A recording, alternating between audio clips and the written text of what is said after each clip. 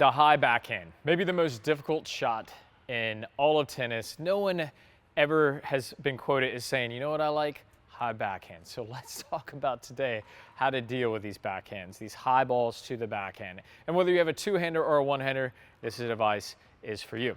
A lot of times this happens on the return of serve, especially if you're getting a kick serve, but if you've got somebody that plays with a lot of topspin, it happens on the ground strokes as well.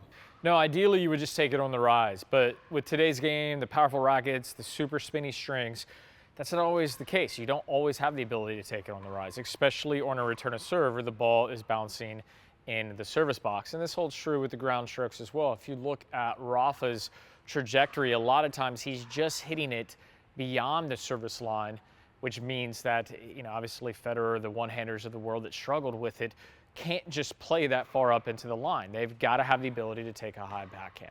So there's two ways to do this. One is with an aggressive footwork pattern that we call a switch stance, switch foot, switch stance. And the second, more defensive pattern is with the drop step. But let's talk about the more aggressive pattern first. And this is definitely what we see here on the return of serve from high-level players, especially with the one-hander. And what this looks like is from the split step, the first step is with the outside foot. It's an open stance backhand. So again, whether one-hander or two-hander, in this instance, I'll show you the one-hander. But from here, I have the open stance. And the key is, as the ball is climbing, I'm taking the ball before I come down with my right foot. So what it'll look like in real time is that. All right, and what that's doing is it's allowing me to stay behind the ball by stepping out, keeping my racket to the side, facing the side fence, and then getting my weight forward as I time out that particular stroke. When we were in Indian Wells, we saw Federer practicing, and he was playing to bonus, a lefty, really nasty lefty kicker. And Federer just worked on this for like 30 minutes, this one particular footwork pattern. All right, but so we see this with Dominic Thiem, Stefano Tsitsipas, all the one-handers.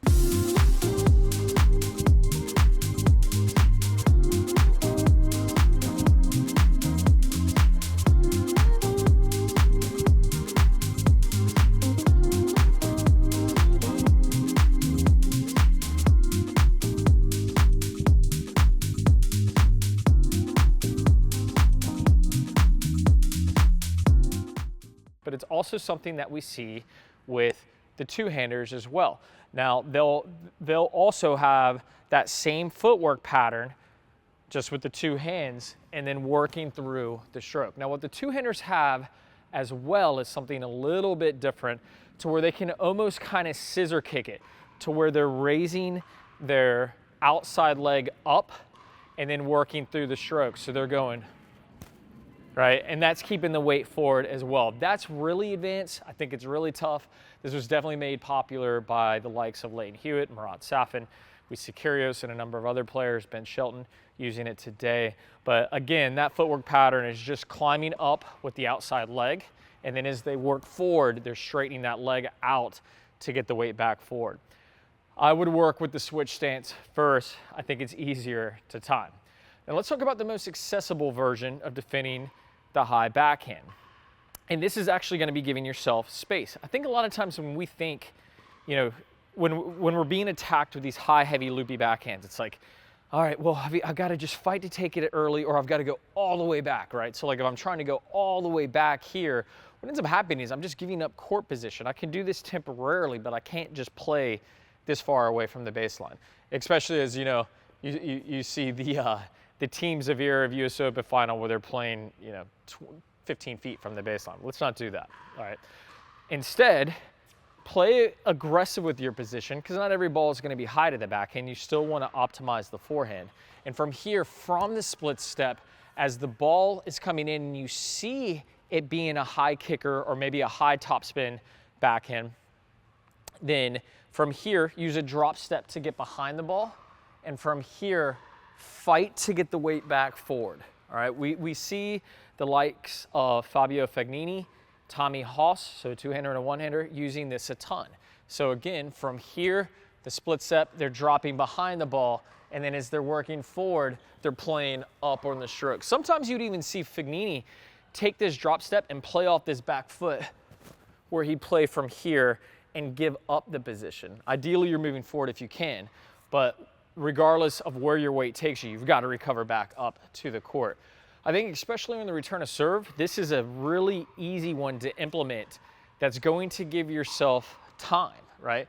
Because if I step out and I swing from here, that means that I've got to time the stroke as the ball is still at its apex. It hasn't quite descended yet, or maybe it's descended a little bit. But watch what happens as I use this drop step. Now if the ball was here, it's had to come to here, which is a much easier ball to hit. And don't be afraid of lifting here. You can swing under the ball and just work for depth, right? All you're doing is trying to defend position here. You're not looking for big offense in this particular situation. Okay, last but not least, make sure you have the right grip, and this is especially true for you one-handers. You want to make sure that you're well behind the racket on the one-hander. Even if you're not totally there normally on your grip, on a high ball, it's going to be easier to get more behind the racket, as almost like, imagine like a semi-western forehand, then just turned over to make it a backhand grip. This is going to be more true to what you see with Wawrinka, and it's going to allow you to have more strength behind the racket, therefore behind the ball, because obviously your hand is largely behind the grip. All right, so make sure that you've got the right grips. You know the deal there, right? We got to start with the fundamentals. Can't cheat them. But get out there, give this a go. Let me know what you think. Leave your comments.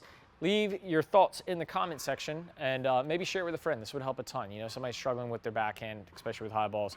This will help, because we all do. No one likes high balls, as I started the video with. Thanks for watching. I'll see you next time.